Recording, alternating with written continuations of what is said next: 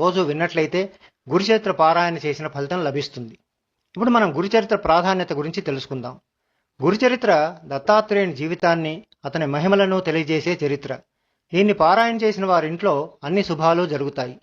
ఉద్యోగం లేని వారికి ఉద్యోగం, సంతానం లేని వారికి సంతానం, విద్య లేని వారికి విద్య, దుష్టగ్రహ పీడల నివారణ, రోగాల బారి నుంచి విముక్తి, ఇలా ఎన్నో మంచి ఫలితాలు కలుగుతాయి. సాయి సచరిత్రలో కూడా బాబావారు శిష్యులకు గురుచరిత్ర పారాయణ చేయమని చెప్తారు. ఇప్పుడు మనం గురువు ఎవరు, అతని వల్ల మనకు కలిగే ప్రయోజనం ఏమిటి అన్నది చూద్దాం. గురుర్ బ్రహ్మ, గురుర్ విష్ణు, గురుర్దేవో మహేశ్వర, గురు సాక్షాత్ పరబ్రహ్మ, తస్మై శ్రీ గురవే నమః. బ్రహ్మ, విష్ణు, మహేశ్వరులు కలిసిన త్రిమూర్తి స్వరూపం గురువు. గురువు మనకి జ్ఞానాన్ని ఇస్తాడు, మోక్ష మార్గం చూపిస్తాడు. అన్ని జీవులకు చివరికి కావలసినది మోక్షమే కదా. మనం సద్గురువును ఆశ్రయించకపోతే మనకు మోక్ష మార్గం లభించదు. దానివల్ల పునరపి జన్మం, పునరపి మరణం అని జీవుడు జన్మలు ఎత్తుతూనే ఉంటాడు. ఇప్పుడు మనం గురుచరిత్ర పారాయణ ప్రారంభిద్దాం. For last minute school needs, India's last minute app.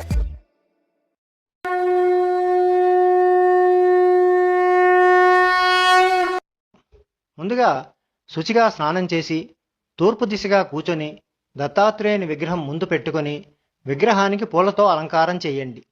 ధూపదీపాల తరువాత గురుచరిత్ర పారాయణ మొదలుపెట్టండి. దిగంబరాయ విద్మహే అవధూతాయ ధీమహి తన్నో దత్త ప్రచోదయాత్. ఇప్పుడు పారాయణ మొదలు పెడదాం. గంధర్వ నగరంలో నరసింహ సరస్వతి స్వామి మహిమ తెలిసి దూర ప్రాంతాల నుండి కూడా భక్తులు వచ్చి దర్శనం చేసుకునేవారు. నామధారకుడు అనే బ్రాహ్మణుడు జీవితంలో అనేక కష్టాలు పడ్డాడు. ఎన్ని ప్రయత్నాలు చేసినా ఏ పని పూర్తయ్యేది కాదు. అప్పుడు స్వామి మహిమ తెలుసుకుని స్వామిని దర్శించినట్లయితే తన కష్టాలన్నీ తీరిపోతాయనుకుని గంధర్వపురం బయలుదేరాడు. దారి పొడుగున స్వామిని ధ్యానిస్తూ కొంత దూరం వెళ్ళిన తర్వాత అలసట చెంది ఒక చెట్టు నీడన పడుకున్నాడు. అప్పుడు అతనికి కలలో ఒక యోగి విభూతి పూసుకొని పులి చర్మం ధరించి కనిపించాడు. నామధారకుడు ఆ యోగికి నమస్కరించి పాదాలు కడిగి ధ్యానించాడు. ఆ యోగి నామధారకుడికి విభూతి పెట్టి ఆశీర్వదించాడు. ఇంతలో అతనికి మెలకువ వచ్చింది. చుట్టూ చూశాడు, అక్కడ ఎవ్వరూ లేరు. అప్పుడు నామధారకుడు లేచి గురువునే స్మరిస్తూ బయలుదేరాడు. కొంత దూరం వెళ్ళేసరికి నామధారకుడికి కలలో కనిపించిన యోగి కనిపించాడు. వెంటనే అతను యోగికి నమస్కరించి, యోగి పుంగవ, నా పేరు నామధారకుడు, మీరు ఎవరు, ఎక్కడి నుంచి వస్తున్నారు అని అడుగుతాడు. అప్పుడు ఆ యోగి, నా పేరు సిద్ధుడు, నేను నరసింహ సరస్వతి వారి శిష్యుణ్ణి అని చెప్పి నామధారకుణ్ణి కుశల ప్రశ్నలు వేస్తాడు. నామధారకుడు తనకు స్వామివారిపై ఉన్న భక్తి గురించి చెప్పి స్వామివారి గురించి, వారి మహిమల గురించి చెప్పమని సిద్ధుడిని అడుగుతాడు. అప్పుడు సిద్ధుడు నామధారకుడికి గురుచరిత్ర గురించి, దత్తాత్రేయుని మహిమల గురించి చెప్పడం ప్రారంభిస్తాడు. మొదట ఒక్కరిగానే ఉన్న పరమాత్మ తాను అనేకం అవ్వాలని అనుకుంటాడు. అందువలన బ్రహ్మ, విష్ణు, మహేశ్వరులు ఉద్భవించారు. బ్రహ్మ సృష్టిని ప్రారంభించాడు. మొదట ఆయన సనక, సనందన, సనత్కుమార, సనత్సుజాతులను, తర్వాత ప్రజాపతులను సృష్టించాడు. తరువాత ఆయన కృతయుగాన్ని పిలిచి, నీవు 17,28,000 సంవత్సరాలు నీ యుగధర్మాన్ని నిర్వర్తించమని చెప్పాడు. అలాగే త్రేతాయుగాన్ని పిలిచి 12,96,000 సంవత్సరాలు నీ యుగధర్మాన్ని నిర్వర్తించమని చెప్పాడు. అలాగే ద్వాపరయుగాన్ని కూడా పిలిచి 8,64,000 సంవత్సరాలు నీ యుగధర్మాన్ని నిర్వర్తించమని చెప్పాడు. తరువాత కలిపురుషుడు ఆనందంతో గంతులు వేస్తూ వచ్చాడు. బ్రహ్మ అతన్ని చూసి, నీ వికృత చేష్టలకు అర్థం ఏమిటి అని అడిగాడు. అప్పుడు కలిపురుషుడు, నాకు ప్రజలను కాముకులుగాను, దైవారాధన పట్ల విముఖంగా ఉండేటట్లు చేయటం, వాళ్ళని అన్ని రకాలుగా అధనపతనానికి తీసుకువెళ్ళటం నా ఉద్దేశం అని చెప్తాడు. అప్పుడు బ్రహ్మ, ఓ కలి, నువ్వు భూలోకంలో ధర్మంగా ఉండేవారిని, దైవభక్తి పరాయణలను విడిచిపెట్టు, అలాగే గురుసేవ చేసేవారి జోలికి కూడా వెళ్ళకు అని చెప్తాడు. అప్పుడు కలిపురుషుడు, స్వామి, గురువు అంటే ఎవరు, అతని గొప్పదనం ఏమిటి అని అడుగుతాడు. బ్రహ్మ గురువు యొక్క గొప్పదనం చెప్పడం ప్రారంభిస్తాడు. పూర్వం వేదధర్ముడు అనే ముని ఉండేవాడు. అతని దగ్గర అనేక మంది శిష్యులు ఉండేవారు. ఆయన తన శిష్యుల్ని పరీక్షించదలిచి, నాకు పూర్వజన్మలోని పాపం కొంచెం మిగిలి ఉంది, దాన్ని నేను అనుభవించవలసి ఉంటుంది, అందుకు నేను కాశీక్షేత్రానికి వెళ్ళి ఆ కర్మ అనుభవిస్తాను, నాతో పాటు మీలో ఎవరైనా వస్తే రండి అని తన శిష్యుల్ని అడుగుతాడు. మిగతా శిష్యులు ఎవరూ ముందుకు రారు. కానీ దీపకుడు అనే శిష్యుడు నేను వస్తాను అని గురువుతో చెప్తాడు. సరేనని వేదధర్ముడు దీపకుడు కాశీక్షేత్రానికి వెళ్ళారు. అక్కడ గురువుగారికి ఒక కుటీరం నిర్మిస్తాడు దీపకుడు. వేదధర్ముడికి కుష్ఠరోగం వస్తుంది. అందువల్ల శరీరం అంతా పుళ్ళు పడిపోతుంది. వాటి నుంచి దుర్గంధం వస్తుంటుంది. దీపకుడు ఆ పుళ్ళని కడిగి శుభ్రం చేసేవాడు. గురువుగారికి అన్నం పెడుతుంటే ఒక్కోసారి వేదధర్ముడు ఆ అన్నాన్ని విసిరేసేవాడు. అయినా సరే దీపకుడు గురువుగారిని భక్తితో సేవించుకునేవాడు. ఇది చూసిన పరమేశ్వరుడు దీపకుడి గురుభక్తికి మెచ్చి అతనికి ప్రత్యక్షమై వరం కోరుకోమంటాడు. అప్పుడు దీపకుడు గురువు అనుమతి లేకుండా నేను ఏ వరము కోరుకోను అని చెప్పి గురువు దగ్గరికి వెళ్ళి విషయం చెప్పి మీ పాపం పోయేటట్లు వరం కోరుకోమంటారా అని అడుగుతాడు. అప్పుడు వేదధర్ముడు అలాంటి వరాలు నాకేమీ వద్దు అని చెప్తాడు. అదే విషయాన్ని పరమేశ్వరుడికి తెలియజేస్తాడు దీపకుడు. పరమేశ్వరుడు సంతోషించి దీపకుడి గురుభక్తిని గురించి దేవతల సభలో చెప్తాడు. అప్పుడు విష్ణుమూర్తి దీపకుడికి ప్రత్యక్షమై ఏదైనా వరం కోరుకోమంటాడు. దీపకుడు నాకు స్థిరమైన గురుభక్తిని అనుగ్రహించండి అని కోరుకుంటాడు. అలాగే నేను విష్ణుమూర్తి వరం ఇస్తాడు. ఈ విషయాన్ని కలికి చెప్పి అలాంటి వారిని నువ్వు బాధించకూడదు అని చెప్తాడు బ్రహ్మ. సరేనని బ్రహ్మకు నమస్కరించి కలిపురుషుడు భూలోకానికి వెళ్ళిపోతాడు. కాబట్టి నామధారక గురువు మహిమ చాలా గొప్పది అని సిద్ధుడు చెప్తాడు. అంతేకాకుండా సిద్ధుడు నామధారకునికి గురుచరిత్ర గంధం గురించి కూడా చెప్తాడు. దీన్ని 7 రోజుల్లో పారాయణ చేసిన వారి పాపాలు నశిస్తాయి, ధనధాన్యాలు ఆరోగ్యం లభిస్తుంది అంటాడు. అప్పుడు నామధారకుడు గురుచరిత్ర చెప్పమని సిద్ధుణ్ణి అడుగుతాడు. సిద్ధుడు నామధారకుణ్ణి ఒక అశ్వత్థ వృక్షం దగ్గరికి తీసుకువెళ్ళి దాని కింద కూర్చోబెట్టి దత్తాత్రేయుని గురించి చెప్పడం ప్రారంభిస్తాడు. పూర్వం అంబరీషుడు అనే రాజు ఉండేవాడు. అతను విష్ణు భక్తుడు. ఎప్పుడూ ఏకాదశి వ్రతం చేస్తుండేవాడు.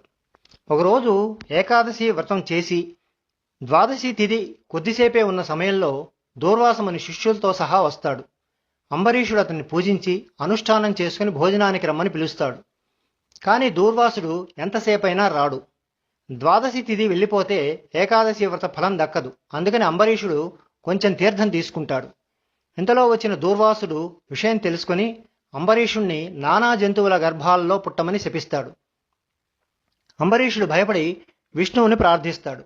విష్ణువు వెంటనే ప్రత్యక్షమై దూర్వాసునితో మహర్షి అంబరీషుడు మీ శాపాన్ని భరించలేడు కాబట్టి ఆ శాపాన్ని నాకు మరలించండి అని అడుగుతాడు. దూర్వాసుడు అలాగే తన శాపాన్ని విష్ణువుకు మరలిస్తాడు. అందుకనే విష్ణువు మత్స్య కూర్మ వరాహాది అవతారాలను ధరించాడు.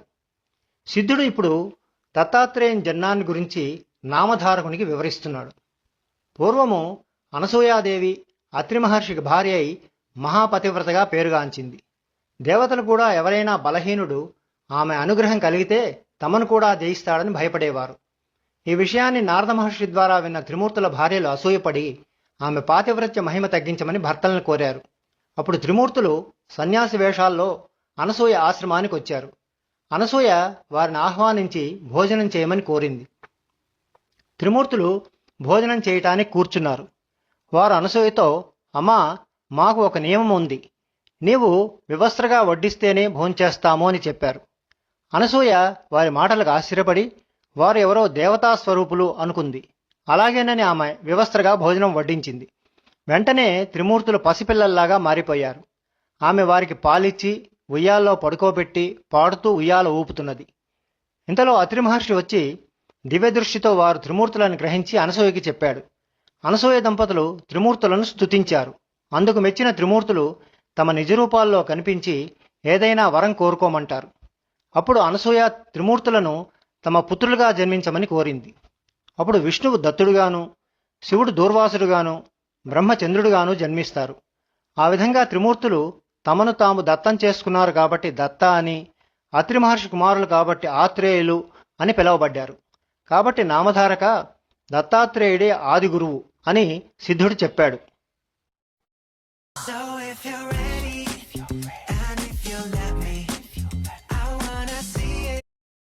దత్తాత్రేయుడే ఆది గురువు అని సిద్ధుడు చెప్పాడు. సిద్ధుడు గురుచరిత్రను కొనసాగిస్తున్నాడు. కలియుగంలో దత్తాత్రేయుడు శ్రీపాదవల్లభుడిగా పిఠాపురంలో జన్మించాడు. పిఠాపురంలో సుమతి, అప్పలరాజు శర్మ అనే దంపతులు ఉండేవారు. వారు దత్తభక్తులు. వారికి ఒక గుడ్డివాడు, ఒక కుంటివాడు అయిన పిల్లలు ఉన్నారు. ఒకనాడు వాళ్ళ ఇంట్లో శ్రాద్ధ కర్మ జరుగుతున్నది. భోక్తలు ఇంకా భోజనం చేయలేదు. అప్పుడు ఒక సన్యాసి భిక్షకు వచ్చాడు. సుమతి అతన్ని దత్తాత్రేయునిగా భావించి భిక్ష ఇచ్చింది. ఆమె భక్తికి మెచ్చిన సన్యాసి దత్తాత్రేయ స్వరూపంతో దర్శనమిస్తాడు. సుమతి ఆ తేజోమయ స్వరూపాన్ని చూసి నమస్కరిస్తుంది. అప్పుడు దత్తాత్రేయుడు, తల్లి, నీకు ఒక వరం ఇస్తాను, కోరుకో అంటాడు. సుమతి పారవస్యంతో, తల్లి అని సంబోధించావు కాబట్టి నా పుత్రుడిగా జన్మించు అని కోరుకుంటుంది. దత్తాత్రేయుడు ఆశీర్వదించి అదృశ్యమవుతాడు. సుమతీదేవి ఈ విషయాన్ని భర్తతో చెప్తుంది. భర్త కూడా చాలా సంతోషిస్తాడు. తర్వాత సుమతి గర్భం ధరించి భాద్రపద శుక్ల చతుర్థి నాడు శ్రీపాద వల్లభునికి జన్మనిస్తుంది. 8వ ఏట తల్లిదండ్రులు శ్రీపాదునికి ఉపనయనం చేస్తారు. శ్రీపాద వల్లభుడు ఉపనయనం అయిన వెంటనే శిష్యులకు వేదపాఠాలు చెప్పేవాడు. శ్రీపాదుడికి 16 ఏళ్లు వచ్చేసరికి తల్లిదండ్రులు అతనికి వివాహం చేయాలనుకుంటారు. అయితే శ్రీపాదుడు తను సన్యసిస్తానని చెప్తాడు. తల్లిదండ్రులు శ్రీపాదుని సన్యసించవద్దని వేడుకుంటారు. కానీ శ్రీపాదుడు తను సన్యసించక తప్పదు అని తల్లిదండ్రులకు చెప్తాడు. అప్పుడు తల్లిదండ్రులు, నువ్వు సన్యసించి వెళ్ళిపోతే నీ సోదరులైన కుంటివాడితో, గుడ్డివాడితో మేము చాలా బాధపడతామని అంటారు. అప్పుడు శ్రీపాదుడు తన స్పర్శతో వాళ్ళిద్దరికీ కళ్ళు తెప్పిస్తాడు. ఈ సన్నివేశం చూసిన తల్లిదండ్రులు శ్రీపాదుడు సాక్షాత్తు దేవుడనే భావిస్తాడు. తరువాత తల్లిదండ్రుల అనుమతి తీసుకొని సన్యసించి పాదచారిగా ద్వారక, కాశీ, బృందావనం మొదలైన క్షేత్రాలు దర్శిస్తూ గోకర్ణ క్షేత్రానికి చేరాడు. ఇక్కడ గోకర్ణ క్షేత్ర మహత్యం గురించి సిద్ధుడు నామధారకుడికి చెప్తున్నాడు. పూర్వం రావణాసురుడి తల్లి కైకసి కైలాసాన్ని కావాలనుకుని శివలింగాన్ని పూజించేది. బలగర్వితుడైన రావణుడు కైలాసగిరికి వెళ్ళి తన శక్తిని ప్రయోగించి కైలాస పర్వతాన్ని ఎత్తాడు. అప్పుడు పార్వతీదేవి రావణుని వారించమని శివుడికి చెప్పింది. శివుడు తన బొటనవేలుతో కైలాస పర్వతాన్ని తొక్కాడు. శివుని శక్తికి రావణుడు కింద పడిపోయాడు. వెంటనే రావణుడు రాగయుక్తంగా పాడి శివుణ్ణి మెప్పించాడు. శివుడు ప్రత్యక్షమై రావణుణ్ణి వరం కోరుకోమన్నాడు. అప్పుడు రావణుడు తనకు కైలాసగిరి కావాలని అడిగాడు. కైలాస పర్వతాన్ని ఏమి చేసుకుంటావు, నా ఆత్మలింగాన్ని ఇస్తున్నాను అని రావణుడికి తన ఆత్మలింగాన్ని ఇచ్చాడు శివుడు. ఈ విషయం తెలుసుకున్న బ్రహ్మ విష్ణువులు శివుడి వద్దకు వచ్చి, ఎంత పని చేశావు, రావణుడికి ఆత్మలింగం ఇస్తే అతడు మహాబలవంతుడవుతాడు కదా అన్నారు. అప్పుడు త్రిమూర్తులు ఎలాగో ఆత్మలింగాన్ని రావణుడి దగ్గర నుంచి తిరిగి పొందాలని విఘ్నేశ్వరుని పంపిస్తారు. రావణుడు ఆత్మలింగంతో లంకకు బయలుదేరాడు. సంధ్యా సమయం అవడంతో రావణుడు ఆత్మలింగాన్ని ఎవరి దగ్గర ఉంచాలా అని ఆలోచిస్తున్నాడు. అప్పుడు గణపతి బ్రహ్మచారి రూపంలో రావణుడి దగ్గరికి వచ్చాడు. అతన్ని చూసిన రావణుడు, ఈ లింగాన్ని కాసేపు నీ దగ్గర ఉంచు, నేను సంధ్యవార్చకు వస్తాను అని అడిగాడు. అప్పుడు గణపతి, ఇంత బరువైన లింగాన్ని నేను మోయలేనని, నాకు వీలు కాకపోతే నేను 3 సార్లు పిలుస్తాను, నువ్వు రాకపోతే కింద పెట్టేస్తాను అని చెప్పాడు. రావణుడు ఆత్మలింగాన్ని గణపతికి ఇచ్చి సంధ్యావందనానికి బయలుదేరాడు. గణపతి 3 సార్లు పిలిచి రావణుడు రాకపోయేసరికి ఆత్మలింగాన్ని భూమి మీద పెడతాడు. రావణుడు తిరిగి వచ్చి లింగాన్ని భూమిలోంచి తీయాలని ప్రయత్నించాడు. కానీ సాధ్యం కాలేదు. ఆ లింగానికి మహాబలేశ్వర లింగం అని పేరొచ్చింది. ఆ క్షేత్రం ఆవు చెవి రూపంలో ఉంటుంది కాబట్టి గోకర్ణం అని పిలుస్తారు అని సిద్ధుడు నామధారకుడికి చెప్పాడు. అప్పుడు నామధారకుడు సిద్ధునితో, ఈ గోకర్ణ క్షేత్ర మహిమ ఇంకొంచెం చెప్పండి అని అడిగాడు. దానికి సిద్ధుడు ఈ విధంగా చెప్తున్నాడు. పూర్వం మిత్రసహుడు అనే రాజు ఉండేవాడు. అతను ధర్మపరుడు. ఒకసారి అతను వేటకు వెళ్ళి అనేక క్రూర జంతువుల్ని చంపాడు. అప్పుడు అతడికి కనబడిన ఒక రాక్షసుని కూడా చంపాడు. ఆ రాక్షసుడు చనిపోయే ముందు తన తమ్ముడిని పిలిచి రాజుపై ప్రతీకారం తీర్చుకోమని చెప్తాడు. రాక్షసుడి సోదరుడు తన మాయ చేత మిత్రసహుడి దగ్గర వంటవాడిగా చేరి సమయం గురించి ఎదురు చూస్తున్నాడు. ఒకనాడు రాజు ఇంట్లో పితృశ్రాద్ధాన్ని చేస్తూ వశిష్ఠుణ్ణి ఆహ్వానిస్తాడు రాజు. అప్పుడు రాక్షసుడి సోదరుడు వశిష్ఠుడు తినే ఆహారంలో నరమాంసాన్ని కలుపుతాడు. అది తెలుసుకున్న వశిష్ఠుడు ఆ రాజుని బ్రహ్మరాక్షసుడు అవుతావు అని శపిస్తాడు.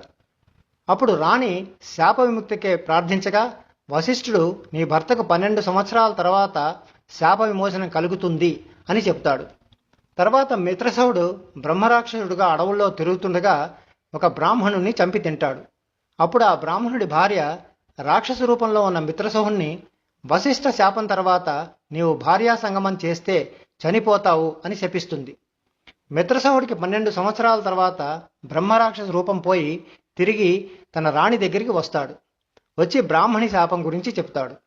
అప్పుడు దంపతులిద్దరూ గౌతమ మహర్షిని ప్రార్థిస్తే గౌతముడు రాజుని గోకర్ణ క్షేత్రం వెళ్ళి అక్కడ తీర్థాల్లో స్నానం చేసి మహాబలేశ్వరుని ప్రార్థించమని చెప్తాడు. అంతేకాకుండా గౌతమ మహర్షి గోకర్ణ క్షేత్ర మహిమను గురించి చెప్పాడు. పూర్వం సౌదామిని అనే బ్రాహ్మణ కన్య ఉండేది. ఆమెకు ఆలస్యంగా ఒక ఇష్టం లేని పేద బ్రాహ్మణునితో వివాహం చేశారు. కొంతకాలానికి ఆ బ్రాహ్మణుడు మరణించాడు. అప్పుడు ఆమె ఒక కోమటివానితో జీవితం గడపసాగింది. ఆమె క్రమంగా తాగుడు అలవాటు పడింది. ఒకనాడు ఆమె తాగిన మైకంలో ఆవుదూడను మేక అనుకొని చంపి తినింది. ఆమె ఇటువంటి అనేక పాపాలు చేసి నరకంలో శిక్షలు అనుభవించి కర్మశేషం వల్ల ఈ జన్మలో కుష్ఠిరోగి అయి పుట్టుగుడ్డిగా పుట్టింది. ఒకనాటి శివరాత్రి అందరినీ భిక్ష కోసం యాచించింది. ఆ రోజు అన్నం ఎవరూ చేసుకోరు కాబట్టి వాళ్ళు ఆమె చేతిలో కొన్ని మారేడు దళాలు మాత్రమే ఉంచారు. అవి తినడానికి పనికిరామని తలిచి ఆమె వాటిని జార విడిచింది. ఆ మారేడు దళాలు ఒక లింగం మీద పడ్డాయి. రాత్రి ఆమెకు నిద్రపట్టలేదు కాబట్టి ఆమెకు ఉపవాసం జాగరణ రెండూ చేసిన ఫలితంగా దక్కింది. తరువాత ఆమె చనిపోయింది. వెంటనే శివదూతలు వచ్చి ఆమెను కైలాసం తీసుకువెళ్లారు. కనుక రాజా, నీవు గోకర్ణానికి వెళ్ళి మహాబలేశ్వరుని సేవించు అని గౌతమ మహర్షి చెప్పాడు. ఆ ప్రకారం రాజు గోకర్ణం వచ్చి బ్రాహ్మణి ఇచ్చిన శాపం నుండి విమోచనం పొందుతాడు. ఈ కథను చెప్పి సిద్ధుడు నామధారక గోకర్ణ క్షేత్రం గొప్పదనం ఇది అని చెప్తాడు. తరువాత సిద్ధుడు గురు చరిత్రను చెప్పడం కొనసాగిస్తాడు. గోకర్ణం తర్వాత శ్రీపాదుడు కురూపురం వచ్చాడు. కురూపురంలో ఒక బ్రాహ్మణుని భార్య అంబిక. ఆమెకు లేక లేక ఒక కొడుకు పుట్టాడు. కానీ వాడికి విద్య రాలేదు. ఇది చూసిన తండ్రి చాలాసార్లు కొడుకును మందలించేవాడు. చివరికి ఆ బెంగతోనే తండ్రి చనిపోతాడు. అప్పుడు అంబిక మందమతి అయిన తన కొడుకుతో బిచ్చమెత్తుకుని జీవించేది. గ్రామస్తులు అంబిక కొడుకుని విద్య రాలేదని దూషించేవారు. ఆ దోషణలు భరించలేక అతడు ఆత్మహత్య చేసుకోవడానికి నది దగ్గరికి పరిగెత్తుకుని వచ్చాడు. ఆ బాలుడి వెనక అంబిక కూడా వచ్చింది. అప్పుడు శ్రీపాదుడు ఆ బాలుణ్ణి వారించి ఆత్మహత్య మహాపాపం అని చెబుతాడు. అప్పుడు అంబిక శ్రీపాదునితో కుమారునికి విద్య రావటం లేదని చెప్తుంది. దానికి శ్రీపాదుడు, అమ్మా, నీ శేష జీవితమంతా శివపూజలో గడుపు, వచ్చే జన్మలో నీకు కొడుకుగా పుడతాను అని వరం ఇస్తాడు. అంతేకాకుండా శివపూజ గొప్పదనాన్ని శ్రీపాదుడు వివరిస్తాడు. ఒకప్పుడు ఉజ్జయిని నగరాన్ని చంద్రసేనుడు అనే రాజు పరిపాలించేవాడు. అతని మిత్రుడు మణిభద్రుడు శివుని వరం వల్ల చింతామణిని పొందాడు. ఒకనాడు రాజు మంత్రి పూజలో ఉండగా శత్రురాజులు మణిప్రభావం తెలుసుకొని రాజ్యం మీదకు దండెత్తి వస్తారు. ఆ సమయంలో పట్టణంలోని పిల్లలు కూడా తమ ఇళ్లల్లో పూజ చేయసాగారు. వాళ్ళ తల్లులు భోజనం కోసం పిల్లల్ని వాళ్ళ పూజా వస్తువులు లాగివేసి ఇళ్లల్లోకి తీసుకువెళ్లారు. అప్పుడు ఒక బాలుడు మరణించడానికి సిద్ధపడితే శివుడు ప్రత్యక్షమై వరం కోరుకోమన్నాడు. దానికి ఆ బాలుడు తన తల్లి చేసిన అపరాధాన్ని మన్నించమని కోరాడు. అలాగేనని వరమిచ్చాడు శివుడు. రాజు మంత్రి పూజ చేస్తుండగా అక్కడ ఉన్నటువంటి లింగం మహా తేజస్తో వెలుగుతోంది. అప్పుడు యుద్ధానికి వచ్చిన శత్రురాజులు అది చూసి పశ్చాత్తాపం చెంది చంద్రసేన మణిభద్రులను కలుసుకున్నారు. బాలురు కూడా శివపూజ వృత్తాంతాన్ని రాజుకు చెప్పారు. రాజు మంత్రి కూడా ఆ విషయం విని చాలా సంతోషించారు. కాబట్టి శివపూజ చాలా గొప్పది అని శ్రీపాదుడు అంబికకు చెప్పాడు. తర్వాత అంబిక కోరిక మేరకు అంబిక కుమారుణ్ణి శ్రీపాదుడు విద్యావేత్తగా మార్చాడు. సిద్ధుడు నామధారకుడికి గురు చరిత్ర ఇంకా వివరిస్తున్నాడు. శ్రీపాదుడు కృష్ణానదికి వెళ్ళి స్నానాదులు జపము చేసేవారు. ఇది చూస్తున్న ఒక చాకలివాడు రోజు ఆయన వెళ్లే మార్గాన్ని శుభ్రం చేసి ముగ్గులు పెట్టి దూరంగా నిల్చునేవాడు. శ్రీపాదుడు అతన్ని చూసేవాడు కానీ పలకరించేవారు కాదు. ఒకరోజు స్వామి ఆ చాకలివాణ్ణి చూసి, నువ్వు రాజువై జన్మిస్తావు అని చెప్తాడు. చాకలివానికి శ్రీపాదుని మాటలు అర్థం కాలేదు. ఒకరోజు ఒక యువరాజు తన పరివారం సమేతంగా నది ఒడ్డుకు విహారానికి వచ్చాడు. ఆ యువరాజు భోగాన్ని చూసిన చాకలివానికి తనకు కూడా అటువంటి సంపద భోగము కావాలనుకున్నాడు. ఇంతలో శ్రీపాదస్వామి నదికి స్నానం చేయటానికి వచ్చారు. అప్పుడు చాకలివాడు ఆ యువరాజు భోగాన్ని శ్రీపాదుడికి చెప్పి ఆనందిస్తాడు. అప్పుడు శ్రీపాదుడు, నీకు కూడా రాజు కావాలని ఉన్నదా అని అడుగుతాడు. చాకలివాడు అవును స్వామి అంటాడు. శ్రీపాదుడు చాకలివానితో నువ్వు వచ్చే జన్మలో యవనరాజుగా పుడతావు అని ఆశీర్వదిస్తాడు. దానికి చాకలివాడు అయితే నాకు మతద్వేషం ఉండకూడదు అని శ్రీపాదుణ్ణి కోరుకుంటాడు. శ్రీపాదుడు అలాగేనని చాకలివాణ్ణి ఆశీర్వదించి అతని వైపు చూస్తాడు. వెంటనే ఆ చాకలివాడు కిందపడి మరణిస్తాడు అని సిద్ధుడు నామధారకుడికి చెప్తాడు. శ్రీపాదులు ఇలాంటి ఎన్నో మహిమలు చేశారు, అందువల్లనే ఈ కురూపురం ప్రసిద్ధి చెందింది అని అంటాడు సిద్ధుడు. ఈ కథతో మొదటి రోజు గురుచరిత్ర పారాయణ పూర్తయింది. మళ్ళీ రేపు రెండో రోజు పారాయణలో కలుసుకుందాం.